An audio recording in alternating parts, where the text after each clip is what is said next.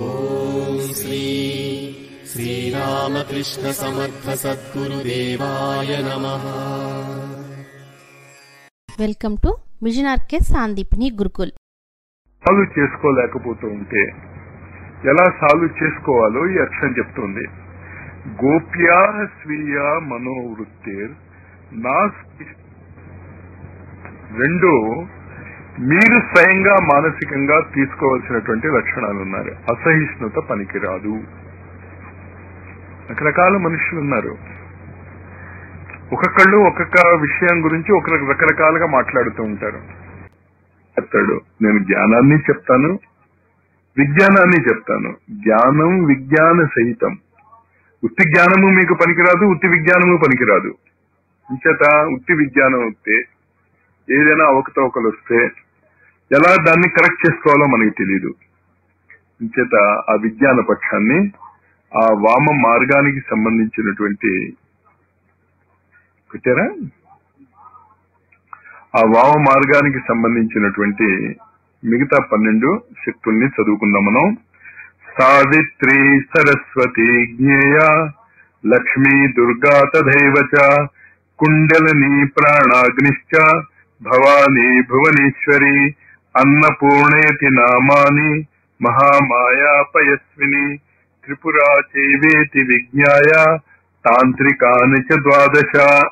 సావిత్రి, సరస్వతి, లక్ష్మి, దుర్గా, కుండలిని, ప్రాణాగ్ని, భవాని, భువనేశ్వరి, అన్నపూర్ణ, మహామాయ, పయస్విని, త్రిపుర. ఇవి టెక్నాలజీకి సంబంధించినటువంటి, తంత్రానికి సంబంధించినటువంటి శక్తులు. ఆద్యాశక్తి సావిత్రి, బ్రాహ్మి సరస్వతి, వైష్ణవి లక్ష్మి. ఇంతవరకు చదువుకున్నాం, ఇంకా చెప్పాను. శాంభవి దుర్గా, ఇంతవరకు చదువుకున్నాం మనం. ఇవాళ ఇంకో 2 చదువుకుందాం. జ్ఞానపక్షానికి సంబంధించినటువంటి వేదమాత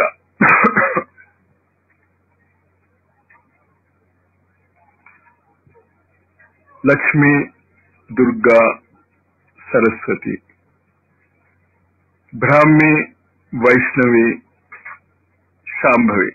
మీకు అవగాహన ఉంది. అందుకే భారతీయులుగా పుట్టడం అంత గొప్ప. అనేక అద్భుతమైనటువంటి ప్రకృతి శక్తులు, అవి ప్రకృతి శక్తులు అని మీకు తెలియకపోయినా వాటి గురించి తెలుసు మీకు.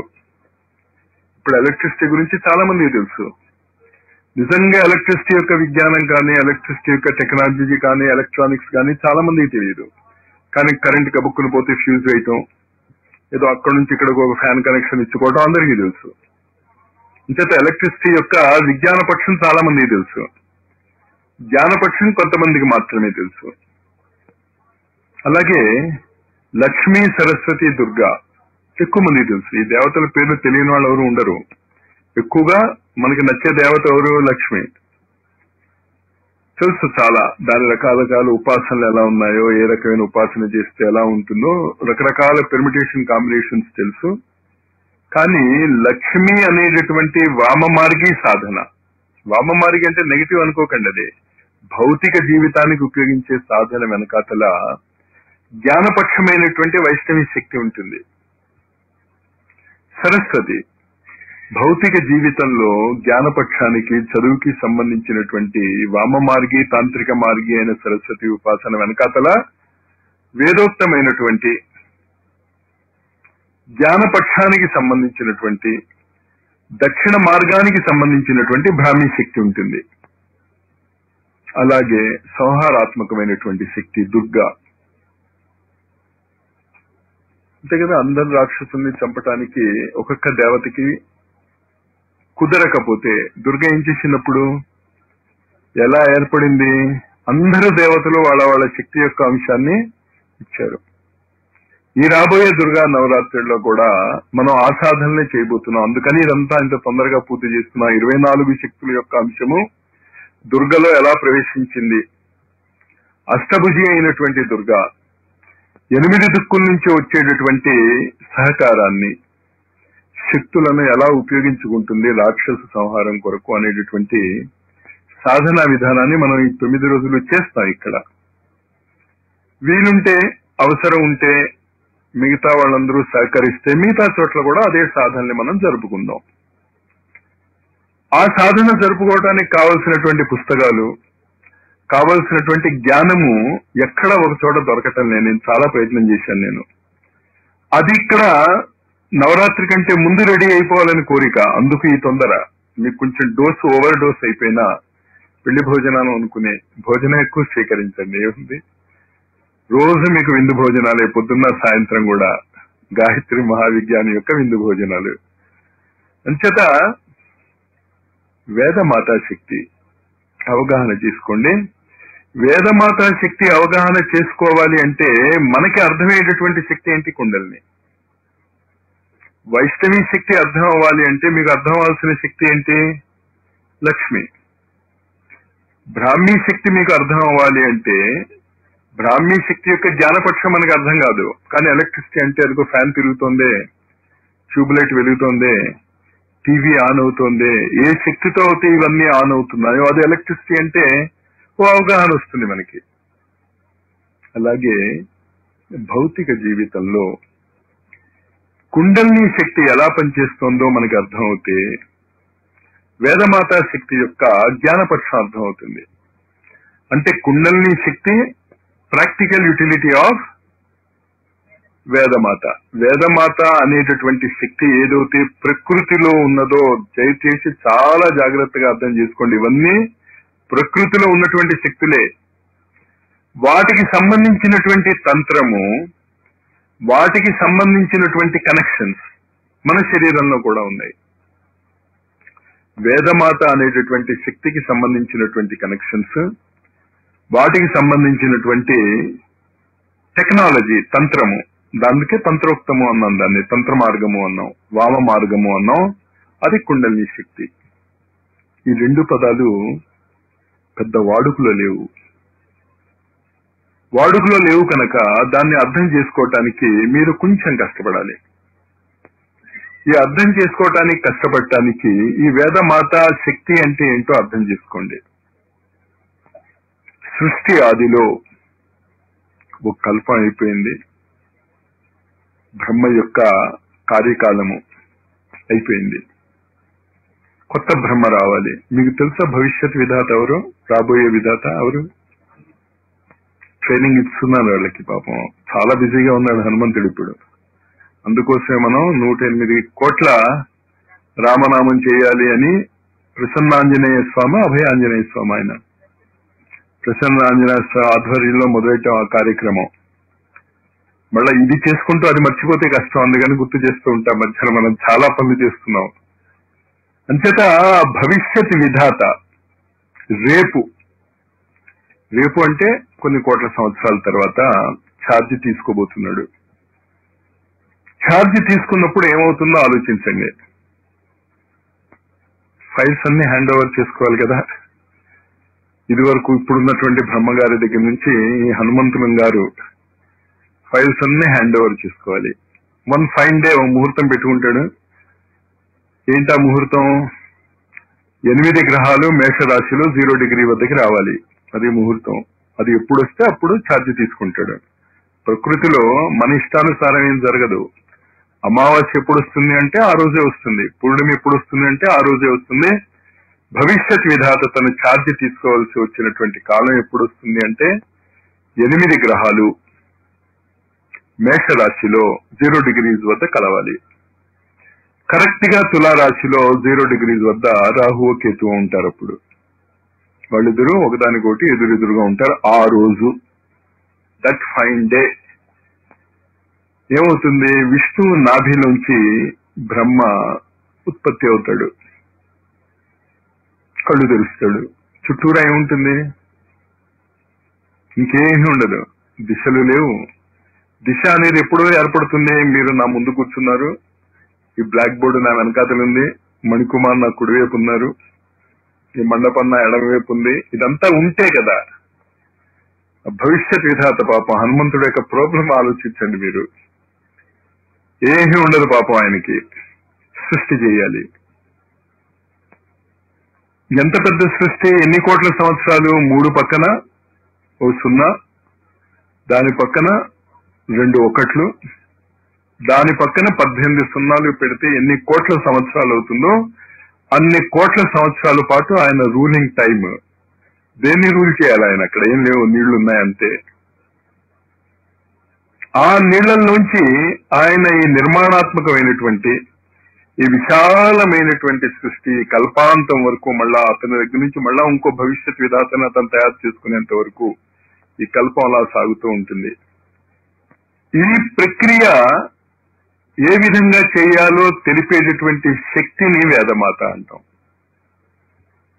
అదే అర్థం చేసుకోండి. వేదమాత అంటే వేదాల యొక్క తల్లిని కాదు. వేద అంటే నాలెడ్జ్, జ్ఞానము. సృష్టి క్రమము మొత్తము A to Z ఒక కల్పాంతం వరకు ఏ విధంగా జరగవలసి ఉన్నదో ఆ జ్ఞానాన్ని వేదమాత అంటాం. ఆ జ్ఞానం దేనివల్ల వస్తుంది? ఈనాడు సైంటిస్టులు ఎలక్ట్రిసిటీ అన్నిటికీ ఫండమెంటల్ అంటున్నారు. ఏదైనా ఎలక్ట్రిసిటీకి మార్చేస్తున్నారు, అంతే కదా. బొమ్మను ఎలక్ట్రిసిటీగా మార్చేసి పంపించేస్తారు. ఫ్యాక్స్ మెషిన్ లో మీ సర్టిఫికేట్స్ ని ఎలక్ట్రికల్ ఇంపల్స్ గా తెలిసి పంపించేస్తారు. టెలిఫోన్ వైర్స్ ద్వారా మీ వాక్ ని ఎలక్ట్రిసిటీగా మార్పించేసి పంపించేస్తూ ఉంటారు. అంతే ఎలక్ట్రిసిటీయే కదా. సర్వం బ్రహ్మమయం జగత్ అన్నట్టు ఇప్పుడు మనం ఏం చెప్పాలి? సర్వం విద్యుత్మయం జగత్. ప్రస్తుతం ఇంకా భౌతిక జగత్ అంతా విద్యుత్తే, లేకపోతే అంతా బంద్. వేదమాత కుండలిని శక్తిని ఉపయోగించుకుంటుంది. ఏ విధంగా అయితే ఈనాడు భౌతిక జగత్తులో మీకు ఏ విధమైనటువంటి పరికరం కావాలన్నా, ఆఖరి కాళ్ళు పట్టాలన్నా మసాజర్, ఎలక్ట్రిక్ మసాజరే వస్తున్నాయి కదా. మీ డయాబెటీస్ ఉంది, గ్లూకోజ్ టెస్ట్ చేసుకోవాలి, బ్యాటరీ కావాలి. బ్యాటరీ లైన్ అది పనిచేయాలంటే కరెంటేగా. గడియారం గంటలు కొట్టాలి, మళ్ళా దానికి ఏం కావాలి? బ్యాటరీ కావాలి. ప్రతి దానికి బ్యాటరీ కావాలి. తమాషా ఏంటి అంటే మన శరీరాలు నడవటానికి కూడా బ్యాటరీ కావాలి. మన శరీరాలు, మానవ శరీరాలకు కూడా నడవటానికి బ్యాటరీ కావాలి. 1.5 volts బ్యాటరీతో నడుస్తుంది మన మానవ శరీరం. ఖచ్చితంగా అంతకంటే ఎక్కువ కాదు, అంతకంటే తక్కువ కాదు. నెర్వ్ కరెంట్స్ ఉన్నాయే, ఏమంటారు నెర్వెంట్స్ అంటే? నెర్వ్స్ తెలుసు కదా, నరాలు. నరాలు అది ఏదో ఒకటి మీకు అర్థం అవుతే చాలు. భాష దేనికి అంటే మీకు అర్థం అవటానికి. అది ఏదైతే మనకి మన బ్రెయిన్ లో ఎలక్ట్రికల్ ఇంపల్సెస్ వస్తాయి. ఆ ఎలక్ట్రికల్ ఇంపల్సెస్ ను బట్టి మనం ఏ విధంగా ఆలోచిస్తున్నామో తెలుసుకునేటటువంటి పరికరాన్ని ఎలక్ట్రో ఎన్సిఫిలోగ్రాఫ్ అంటాం. దాని పేరే ఎలక్ట్రో. ఎన్సిఫిలో అంటే బ్రెయిన్, బ్రెయిన్ లోంచి ఒక భావం. గ్రాఫ్ అంటే గీతలు. మీ గుండె ఎలా పనిచేస్తుంది? Electro cardiogram, ECG. మన గుండె ఎలా పనిచేస్తుందంటే మళ్ళీ అక్కడ కూడా కరెంటే. ఆ కరెంట్, విద్యుత్ మీద ఆధారపడి ఉంది ప్రస్తుత సృష్టి. దానికంటే అనంతమైన రెట్లు ఎక్కువ శక్తి ఉన్నటువంటిది కుండలిని. ఏ విధంగా అయితే ఈనాడు ప్రకృతిలో వైజ్ఞానికులందరూ కూడా కరెంటు మీద ఆధారపడి మొత్తం మానవ శరీరాన్ని కూడా కరెంటు మయంగా మార్చేస్తున్నారు. భవిష్యత్ విధాత రేపు జరిగించబోయేటటువంటి శక్తిలో కుండలిని శక్తిని ఉపయోగించుకుంటాడు. అంటే అర్థం ఏంటనమాట? మన శరీరాలన్నిట్లోనూ కూడా ఏ విధంగా అయితే ఇప్పుడు ఎలక్ట్రిసిటీని పట్టుకుని మనం పట్టుకోగలుగుతున్నాం, అలాగే ఆ విధంగా మనం ఏం పట్టుకోగలగాలి? కుండలిని శక్తిని పట్టుకోగలగాలి. ఎక్కడ? మానవ శరీరంలోనే కాదు, ప్రతి పరమాణువులో కూడా మీరు పట్టుకోగలగాలి. కరెంట్ ఉంది, ఫ్యాన్ లో కరెంట్ ఉంది, మైక్ లో కరెంట్ ఉంది, కంప్యూటర్ లో కరెంట్ ఉంది, గ్లూకోమీటర్ లో కరెంట్ ఉంది, బీపీ ఆపరేటర్స్ లో కరెంట్ ఉంది. ప్రతి చోట కరెంట్ కనిపిస్తుంది కదా మీకు. అదే విధంగా ప్రతి చోట కుండలిని శక్తి ఎలా పనిచేస్తుందో తెలిపేటటువంటి జ్ఞానాన్ని వేద జ్ఞానం అంటాం. వేదాలు అవి ఋగ్వేదము, సామవేదము, అథర్వ వేదము, యజుర్వేదము. ఇవి 4 వేదాలు. కుండలిని శక్తి యొక్క 4 స్వరూపాలు. కుండలిని 4 విధాల చతుర్విధ పురుషార్థాలుగా 4 వర్ణాలుగా, 4 ఆశ్రమాలుగా, మన మొత్తం ప్రపంచంలో 4 దిక్కులుగా ఎలాగా ఆ కుండలిని శక్తి మన జీవితాన్ని కంట్రోల్ చేస్తోందో అని తెలిపేటటువంటి బేసిస్ జ్ఞానము వేదాలు. ఈ వేదాలు ఎక్కడున్నాయి? అయితే సంస్కృతంలో రాసి ఉన్నాయి కనుక సంస్కృతం చదువుకోవాలా, మీరు ఏమీ చదువుకోక్కర్లే. మీరు సంస్కృతం ప్రకృతిలో ఉన్నటువంటి శక్తులు, దానికి పేరు సంస్కృతంలో పెట్టారు. కొందరు రష్యాలో పెట్టొచ్చు. ఇంగ్లీష్ లో ఎలక్ట్రిసిటీ అన్నాం, తెలుగులో ఏమన్నాం? విద్యుత్ అన్నాం. కానీ శక్తి ఒకటే. అంటే సంస్కృతం రావాల్సిన పనిలే. ప్రకృతిలో ఉన్నటువంటి ఆ వేద విజ్ఞానము, కుండలిని గమనించేటటువంటి శక్తిని ఉపాసన చేయటమే వేదమాత గాయత్రి. ఆ గాయత్రి వేద విజ్ఞానాన్ని కూడా మీకు అందజేస్తుంది. ఎలా అందజేస్తుంది? చెప్పుకున్నాం కదా, ఆంజనేయులు గారు సృష్టిలో కుండలిని శక్తి ఉంది, పట్టుకోవాలి అని చెప్పారు. ఎక్కడి నుంచో వచ్చింది ఒక వాక్, తప తప అని. తపస్సు చెయ్యి, తపస్సు చెయ్యి అని. ఎలా తపస్సు చేయాలి? దేంతో తపస్సు చేయాలి? గాయత్రి మంత్రం ప్రాదుర్భవించింది. ఆ గాయత్రి మంత్రాన్ని 1000 సంవత్సరాలు ఆయన జపించాడు. విధాత, ఏ విధాత అయినా కూడా సృష్టి ఆదిలో ఈ కర్మకాండ చేయాల్సిందే. పాపం ఆయన, నేను ఉత్తిన విధాత అయిపోతాను అంటే కుదరదు ఆయనకి. ఎవ్వడూ ఉండడు అనమాట ప్రపంచంలో. వాడైనా ఒక్కడే కూర్చుంటాడు ఆ వినీల నీళ్ల మీద. ఆకాశం ఉందో లేదో మనకు తెలియదు. ఇంచంటే ఆకాశం తర్వాత ఉత్పత్తి అవుతుంది. ఆకాశం పంచతత్వాల్లో ఒకటి. అప్పటికి ఆకాశం కూడా లేదు. మరి ఆకాశం లేకుండా ఆయన ఎక్కడుంటాడో మనకు తెలియదు. అవంతా వేదమాత గాయత్రి మనకి అనుభవంలోకి వస్తే తప్ప ఆకాశరహిత స్థితి ఏంటో మనకి అర్థం కాదు. వేదాలు మీకు అక్కడే తీసుకెళ్తాయి. వేదాలు ఖచ్చితంగా మిమ్మల్ని అక్కడే తీసుకెళ్తాయి. ఆ వేదమాత గాయత్రి యొక్క అనుభవాలని కుండలినితో కలుపుకుందాం మనం. వేదమాత అంటే అర్థమైంది కదా మీకు? సృష్టి ఆదిలో కుండలిని శక్తిని ఉత్పత్తి చేసుకుని, ఇప్పుడు ముందు కరెంట్ పెట్టాలంటే ముందు బ్యాటరీ మీరు తయారు చేసుకోవాలి. బ్యాటరీ తయారు చేసుకున్నాక ఆ బ్యాటరీ మీరు పెట్టుకుంటారు, or current circuit or whatever it is. Kundalini శక్తిని డెవలప్ చేసుకుని ఆదిశక్తి నుంచి ఏర్పడినటువంటి వేదమాత గాయత్రి శక్తి మన శరీరాలలో కుండలినిగా మారుతుంది. కుండలినిగా మారినటువంటి ఆ శక్తి గురించి మనం డీటెయిల్డ్ గా మనం డిస్కస్ చేసుకోలేం. కానీ కొన్ని విషయాలు మీరు జాగ్రత్తగా అర్థం చేసుకోండి. రేపు నవరాత్రులలో సాహసవంతులైనటువంటి సాధకులకు కుండలిని సాధనకి ఆహ్వానం. సాహసం ఉండాలి. అది మేము చేసేసుకుంటాం అంటే కుదరదు. ఎలక్ట్రిసిటీ ముట్టుకోవాలంటే కొంచెం ధైర్యం ఉండాలి. ఎంత మీరు షాక్ ప్రూఫ్ అవంతా చేసినా కొంచెం మానసికమైనటువంటి సాహసం కూడా ఉండాలి కుండలిని శక్తికి. భయపించటానికి చెప్పటం లేదు. అది మీకు ఇంట్రెస్ట్ ఉండొచ్చు, కానీ అదేంటో మీకు తెలియకుండా దాని జోలికి వెళ్తే బోరు కొడుతుంది. మానవ శరీరంలో వెన్నుపూస ఉంది, దాన్నే బ్రహ్మదండము అంటాం ఆధ్యాత్మిక పరిభాషలో. దాన్నే దేవయాన మార్గము అంటాం. అంతే దేవతలు వెళ్లేటటువంటి మార్గము అని. ఈ దేవయాన మార్గంలో 6 పాయింట్స్ ఉంటాయి. దాన్నే షట్చక్రాలు అంటాం మనం. దాంట్లో మూలాధారం గురించి మాట్లాడుకుంటూ ఈ గందరగోళం అంతా వచ్చింది. ఇదంతా కూడా మూలాధార చక్ర జాగరణకి సంకేతాలే. అర్థం చేసుకోండి, ఇదంతా మూలాధార చక్ర జాగరణకి సంకేతాలే. చేత మూలాధార చక్ర జాగరణ ఎలా జరుగుతుంది అంటే ఇలా జరుగుతుంది తప్ప ఇంకోలాగా జరగదు. అది వేద విజ్ఞానాన్ని మీరు పట్టుకుంటూ మూలాధార చక్రం దగ్గరికి వచ్చి అక్కడ నుంచి మిల్లిగా 7వ చక్రం వరకు వెళ్తే బ్రహ్మరంధ్రం వస్తుంది. ఆకాశరహిత స్థితి.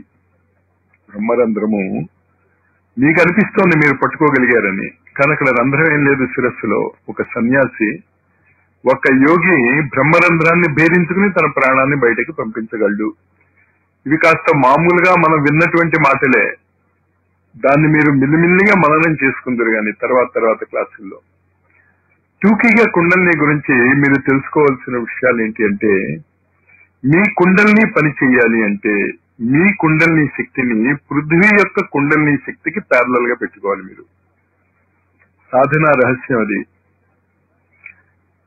మరి పృథ్వీ యొక్క కుండల్ని ఎలా పనిచేస్తుంది? పృథ్వీకి కూడా ఒక మేరుదండ ఉండాలి కదా, ఒక భ్రమదండ ఉండాలి కదా, ఒక వెన్నుపూస ఉండాలి కదా. ఉంది.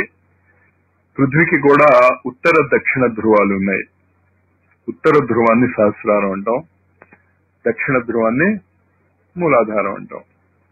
అంచేత మీరు ఏం చేయాలి అంటే మీ యొక్క బ్రహ్మరంధ్రాన్ని పృథ్వీ యొక్క ఉత్తర ధ్రువానికి అలైన్ చేసుకోవాలి. టీవీ యాంటెనా చెదిరింది, బొమ్మ రావటం లేదు టీవీలో. ఏం చేస్తారు మీరు? అక్కడెక్కడికో వెళ్ళిపోరు, ఇక్కడే ఉంటారు. విజయవాడ స్టేషన్ కరెక్ట్ గా రావటం లేదంటే విజయవాడ వెళ్ళిపోయి, ఢిల్లీ స్టేషన్ కరెక్ట్ గా రావటం లేదంటే ఢిల్లీ పరిగెడుతున్నారా మీరు? ఏం చేస్తారు? యాంటెనాని ఢిల్లీ నుంచి వచ్చేటటువంటి తరంగాలు పట్టుకోవడానికి అనుకూలంగా తిప్పుకుంటారు. అంతే కదా చేసేది. ఇక్కడే మార్పు చేస్తారు. పృథ్వీ యొక్క కుండలిని శక్తి ధారలకు అనుగుణ్యంగా మీ శరీరాన్ని మలుచుకోవాలి. పృథ్వీ యొక్క మూలాధార చక్రానికి అనుగుణ్యంగా మీ శరీరాన్ని మలుచుకోవాలి. ఎలా మలుచుకుంటాం? ఏ విధంగా మలుచుకుంటాం అంటే లక్షణాలు తెలియాలి. అంతే కదా. మీరు పైకి యాంటీనా వెళ్ళి తిప్పుతూ ఉంటే ఒకడు అక్కడ చెప్తూ ఉంటాడు పైకి, ఆగు ఆగు అంటాడు. ఎలా చెప్పాడు వాడు? ఆగు ఆగని వాడు చూశాడని మీరు ఎలా తిప్పుతున్నారో. వాడు అదేం చూడడం మీరు ఎలా తిప్పారో. వాడు దేన్ని చూస్తాడు? బొమ్మను చూస్తాడు. బొమ్మ క్లియర్ గా ఉంటే అది కరెక్ట్. కొలవక్కలే కరెక్ట్ గా 42 degrees east, north eastern latitude 19.4 ఉందా చూడక్కర్లే. అది బొమ్మ చూస్తే తెలిసిపోతుంది. మరి మనం ఏం బొమ్మను చూడాలి? కుండలిని శక్తి పృథ్వీ యొక్క శక్తి ధారలకు అనుగుణ్యంగా మన శక్తి ధారలు పనిచేస్తున్నాయా లేదా అనే దానికి ప్రాణాపానో సమౌకృత్వ నాసాభ్యంతర చారిణవు. ప్రాణము అపానము. అపానము అంటే కిందకి దింపేటటువంటి శక్తి, ప్రాణము అంటే పైకి తీసుకెళ్లేటటువంటి శక్తి. ప్రస్తుతానికి మీరు అంతే అర్థం చేసుకోండి, అంతకంటే డీటెయిల్స్ లోకి మనం వెళ్ళక్కర్లే. ఈ విశాల అంతరిక్షములో పృథ్వీ ఒక విశేషమైనటువంటి స్థానాన్ని పొంది ఉంది. ఏంటి ఆ విశేషమైనటువంటి స్థానము? మానవుడు అనేటటువంటి విలక్షణ చేతనత్వము కలిగినటువంటి ప్రాణి కేవలం పృథ్వీ మీదే లభిస్తాడు మీకు. ఇంకా ప్రస్తుతం ఎక్కడా లేడు. ఎక్కడైనా రేపు సైంటిస్టులు కనిపెట్టగలిగితే అది వేరే విషయం. కానీ గత 50 సంవత్సరాలుగా modern science with all it's technology, తనకి తెలిసి ఉన్నటువంటి టెక్నాలజీ మొత్తాన్ని ఉపయోగించి కూడా మానవుడు లాంటి ఒక శరీరధారి ఎక్కడైనా ఉన్నాడా ప్రపంచంలో అంటే కనిపెట్టలేకపోతుంది. ఇది ఈ విశేషమైనటువంటి చేతనత్వము పృథ్వీ యొక్క కుండలిని ఎఫెక్ట్ మన శరీరం మీద. అది అర్థం చేసుకోండి. అందువల్ల పృథ్వీ మీదే ఉన్నాం మనం. అందువల్ల పృథ్వీ గ్రహం నాశనం అయిపోతుంది అంటే ప్రపంచంలో ఉన్నటువంటి ఋషులు నేను చెప్పిన మాట అర్థం చేసుకోండి. భూమి మీద ఉన్నటువంటి ఋషులు కాదు, పృథ్వీ మీద ఉన్నటువంటి ఋషులు కాదు. విశాల అంతరిక్షములో సూక్ష్మ శరీరాలతోనే కాకుండా కారణ శరీరాలతో తిరుగుతున్నటువంటి ఋషులకి అంత ఆవేదన. మళ్ళీ అలాంటి అలైన్మెంట్ తీసుకురావాలి అంటే పృథ్వీ గ్రహాన్ని సృష్టించాలంటే చాలా కష్టపడాలి. ఉన్నది రక్షించుకోవటం తేలిక కదా. ఆ అలైన్మెంట్ మీరు ఎలా చేసుకుంటారు? విశాల అంతరిక్షములో పృథ్వీకి కావలసినటువంటి చేతనత్వపు ధారలు ఉత్తర ధ్రువం నుంచి ప్రవేశిస్తాయి. అనవసరమైనటువంటివి, పృథ్వీ స్వీకరించలేనటువంటివి, పృథ్వీకి పనికి రానటువంటి శక్తి ధారలు దక్షిణ ధ్రువం నుంచి బయటకు వెళ్ళిపోతాయి. మన శరీరంలో కూడా అంతే. గుదాద్వారము, ముఖము అనవసరమైనటువంటివి ఆ అపానవాయు యొక్క ప్రభావం నుంచి బయటకు వెళ్ళిపోతాయి. నోటిలోంచి లోపలికి వెళ్ళినటువంటివి ఆహారం మాత్రమేనా? ఇంకా నోటిలోంచి మీరు చాలా తీసుకెళ్ళవచ్చు. ముక్కులోంచి మీరు చాలా మనకి కంటికి కనిపించినటువంటి విశేష శక్తి ధారలను మీరు పీల్చుకోవచ్చు. ఆ టెక్నిక్ కుండలిని విద్య. అది మీ శరీరాన్ని స్వీకరించి, మీ శరీరము కావలసిన దాన్ని స్వీకరించి, కావలసిన ఇంద్రియాలు ఏర్పరచుకుని, మీ లివరు, మీ కిడ్నీస్, మీ లంగ్స్, మీ ఎముకలు, రకరకాలైనటువంటి సప్తధాతువులు, రకరకాల గందరగోళాలు ఉన్నాయి కదా శరీరంలో. కావలసినవి తీసుకుని ఆహారం నుంచి పనికిరాన్ని బయటికి తోసేస్తుంది. కుండలిని విద్య మీకు అర్థం అవ్వాలి అంటే మీరు చేయవలసింది ఏంటి అంటే బ్యాలెన్స్ ఒకటి తెచ్చుకోవాలి. లోపలికి వెళ్తున్నటువంటి శక్తి ఎక్కడి నుంచి లోపలికి వెళ్తుంది? ఉత్తర ధ్రువం నుంచి, నోటిలోంచి కానీ ముక్కులోంచి కానీ కన్ను. ఉత్తర ధ్రువం అంటే ఈ పైభాగం అంతా జ్ఞానేంద్రియాలన్నీ కూడా స్వీకరిస్తున్నాయి మీకు. ఇవి లోపలికి వెళ్తోంది మీకు. ఇవి లోపలికి వెళ్ళింది మీరు అరాయించుకోగలగాలి, డైజెస్ట్ చేసుకోగలగాలి. మనం దేన్ని డైజెస్ట్ చేసుకుంటున్నాం? తిన్న ఆహారమే డైజెస్ట్ కావటంలే. ఇంకా కంటి ద్వారా వెళ్తున్నటువంటి ఇన్ని రూపాలను అసలు ఎలా డైజెస్ట్ చేసుకోవాలో అనేటటువంటి విద్య మనం మర్చిపోయాం. తెలుసు మనకు ఆ విద్య, మానవ శరీరం ఇవ్వబడింది అందుకే. రామకృష్ణ పరమహంస గొంతుకులో క్యాన్సర్ వచ్చి చివరి రోజుల్లో భోజనం చేయలేని స్థితిలో ఉన్నాడు. మంచినీళ్ళు కూడా తాగలేకపోయాడు. వివేకానంద, శారదామాత ప్రతిరోజు ఆయన పోరేవారు. అమ్మ నువ్వు చెప్పిన మాట వింటుంది కదా, ఒక్కసారి అమ్మని అడిగితే ఎంత సింపుల్ అంటే, రామకృష్ణ పరమహంస నువ్వు శిష్యుడివి, నువ్వు భార్యవి, నువ్వు నాకు చెప్పేది ఏంటి అల్లే, సరే అడుగుతానన్నాడు. బ్రహ్మానంద పడిపోయాడు వివేకానంద. రామకృష్ణ పరమహంస కాళికాదేవిని అడిగాక ఆవిడ కాదు అనే ప్రసక్తే లేదుగా. క్యూరుడు అనుకున్నారు వీళ్ళు గ్యారంటీగా. ఎంత ఆనందంతో ఆ రోజు రాత్రి ఇద్దరు నిద్రపోలేట, శారదామాత, వివేకానంద. ఇంకంటే రేపు పొద్దున్న రామకృష్ణ పరమహంస మరి చెప్పింది అబద్ధం ఏం చెప్పడం ఆయన. పాపం అడుగుతానంటే అడుగుతాడు. కాళికాదేవి తల్లి కదా, ఎలాగో ఒప్పేసుకుంటుంది. అమ్మయ్య మన గురువు గారికి ఇంకే బాధ లేదు, క్యూరుడు అనుకున్నారు. రెండో రోజు పొద్దున్నే వచ్చేసాడు. ఏమంది అమ్మ? తిట్టింది అన్నాడు రామకృష్ణ పరమహంస. మిమ్మల్ని తిట్టిందా? ఎందుకు తిట్టింది అన్నాడు. నీకు సిగ్గు లేదా అంది. ఇంతమంది నోళ్లతో రోజు తింటున్నావు కదా, మళ్ళా ఈ నోటితో కూడా తినాలా నువ్వు, నీకు సిగ్గు లేదా అంటే ఎవరిని తిట్టాడు రామకృష్ణ పరమహంస? అమ్మవాడిని తిట్టలే, వివేకానందం తిట్టాడు. మనం అది అర్థం చేసుకోవాలి. సహస్రాక్ష సహస్రపాత్ అనేక బాహు ధరవక్త నేత్రం. కుండలిని శక్తి మీకు అవగాహన రావాలి అంటే ఈ శరీరాలన్నీ నావే అనేటటువంటి మాటలు కాదు, అనుభవం రావాలి మీకు. కుండలిని శక్తి జాగరణకు అది మెయిన్. ఆ అనుభవం వచ్చేస్తే మీకు కుండలిని జాగరణ అయినట్టే. ఇందాక నేను చెప్పాను కదా, టీవీ యాంటెనా సెట్ చేస్తూ ఉంటే టీవీ కరెక్ట్ గా యాంటెనా సెట్ చేశారు లేదో వాడు చూడ కింద ఉన్నవాడు, బొమ్మ క్లియర్ గా వచ్చిందంటే యాంటెనా కరెక్ట్ అయిపోయినట్టే. ఉత్తర ధ్రువము, దాన్ని ఉత్తానపాదుడు, ధ్రువ నక్షత్రము, సునీతి, సురుచి, ధ్రువుడు యొక్క రెండు తల్లులు. కథలు తెలుసు కదా, ఆ కథల్లో చాలా అంతరార్థం నింపి పెట్టారు. ఉత్తానపాదుడు ఆయన పేరు. ఉత్తానపాదుడు అంటే ఉచ్చ మార్గంలో వెళ్తున్నటువంటి, హయ్యర్ మార్గంలో వెళ్తున్నటువంటి సాధకుడు. సురుచిని కోరుకుంటాడా, సునీతిని కోరుకుంటాడా? సురుచి అంటే ఇంద్రియాల సుఖాలు, తప్పేం లేదు. ఇంద్రియాల సుఖాలు కోరుకుంటే కోరుకో, కానీ ధ్రువ నక్షత్రం వైపు, ఉత్తర ధ్రువం వైపు నువ్వు వెళ్ళలేవు. చిన్న చిన్న కథలలో కుండలిని జాగరణ యొక్క ఎంత అద్భుతమైనటువంటి రహస్యాలు మన సాధకులకి అందజేశారు ఋషులు. అంచేత ఉత్తర ధ్రువం ఎప్పుడు మీకు తెరుచుకుంటుంది? బ్రహ్మరంధ్రం ఎప్పుడు మీకు తెరుచుకుంటుంది? అందరూ నేనే, అందరూ నేనేటటువంటి భావన ఎలా వస్తుంది? నేను చాలా సార్లు మీకు ఉదాహరణ ఇచ్చాను. ఎవరైనా ఒక దోమ కానీ మనిషి కానీ మనకి ఏదైనా హాని చేస్తే ఇమ్మీడియట్ గా మనం ఎదురు తిరుగుతాం, చంపేయాలి, కొట్టేయాలి అని లేస్తాం కదా. భోజనం చేస్తున్నప్పుడు మీలో చాలా మందికి ఎప్పుడో అప్పుడు ఒకసారి పంటి కింద నాలిక పడి ఉంటుంది గ్యారంటీగా. ఆ అనుభవం లేని వాళ్ళు ఎవరైనా ఉన్నారా? ఉండరు. ఎవరికో ఎప్పుడప్పుడు 2-3 సార్లైనా జరిగి ఉండొచ్చు. రాయి తీసుకుని పళ్ళని ఊడగొట్టుకున్నావా ఎప్పుడైనా? ఎంత ధైర్యం! పంటికి నాలికకి హాని తలబెడుతుందా? అయి అన్నారా ఎప్పుడైనా మీరు? ఎందుకనలే? పన్ను మీదే, నాలిక మీదే, ఎవరిని కొడతారు మీరు? మరి బాహ్య ప్రపంచంలో శత్రువుని మీరు ఎందుకు గుర్తించగలిగారు అంటే వాడు మీరు కాదు అనే భావనే కదా. ఆ భావన ముందు తెచ్చుకోండి.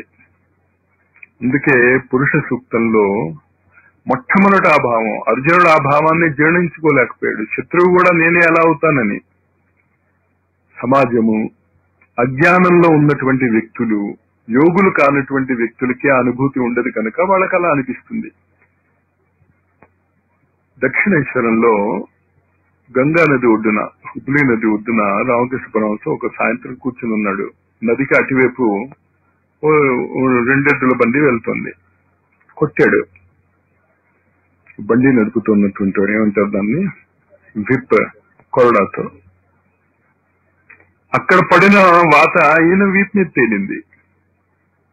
తెలుసుకోవాలని కాదు, ఆ ఐడెంటిటీ అలా ఉందన్నమాట. ఆ సాయం సమయంలో, ఆ సాధనా కాలంలో ఆయన ఆ స్థితిలో ఉన్నాడు. అప్పుడు మనకు ఆ వాత పడుతోంది. అలాగా భావం తెచ్చుకోండి. అది సహస్రాక్ష సహస్రపాత్ సహస్ర శీర్ష పురుష సహస్రాక్ష సహస్రపాత్ సర్వమావృత్య తిష్టతి, అన్నిటినీ ఆవరించి ఉంటుంది అనేటటువంటి ఆ భావన మెల్లిమెల్లిగా కనుక మీరు ప్రోధి చేసుకుంటూ వెళ్తే, ప్రాణము అపానానికి మీకు 2 ముద్రలు చెప్పాను నేను. శరీరంలో ఉన్నటువంటి ప్రాణవాయువుని జాగరణ చేసుకోవటానికి, శరీరంలో ఉన్నటువంటి ఉదాన వాయువుని, అపాన వాయువుని జాగరణ చేసుకోవటానికి 2 ముద్రలు చెప్పాను కదా. ప్రాణముద్ర, అపాన ముద్ర నిరంతరం వేసుకుంటూ ఉండండి. ఆ భావన పటిష్టం అవటానికి ఎక్కువ కష్టపడక్కర్లే. ఎందుకంటే మీకు నేను నిరంతరం చెప్తున్నాను, మీరందరూ చాలా గొప్ప సాధకులే. ఉత్తినే చెప్పటం లేదు, ఇది గురువు గారి అథారిటీతో చెప్తున్నాను. లేకపోతే ఇక్కడ కూర్చుని కుండలిని వేదమాత గురించి మీరు ఇంత కామ్ గా, ఆసక్తితో, అవగాహనతో వింటున్నారు కదా, మీకు ఏదో అర్థమవుతోంది. అది ఎందుకు అర్థమవుతోంది? చదివి ఉన్నారు, చేసి ఉన్నారు, మర్చిపోయారు. మళ్ళీ గుర్తు చేసుకుందాం మనం. ఈ వేదమాత సృష్టి ఆదిలో కుండలిని ప్రాదుర్భావము, వేదమాత యొక్క తాంత్రిక శక్తి వామ మార్గము కుండలిని శక్తిగా మన శరీరంలో బ్రహ్మరంధ్రము, మూలాధార చక్రము నుంచి ఎలా పనిచేస్తుందో తెలుసుకునేటటువంటి విద్యను మనకు అందించేటటువంటి ఆ గాయత్రి మాతకి నమస్కరిస్తూ ఒక 2 నిమిషాలు గ్యాప్ తీసుకుందాం, 5 నిమిషాలు. దాని తర్వాత గాయత్రి గీత. స్వస్తి.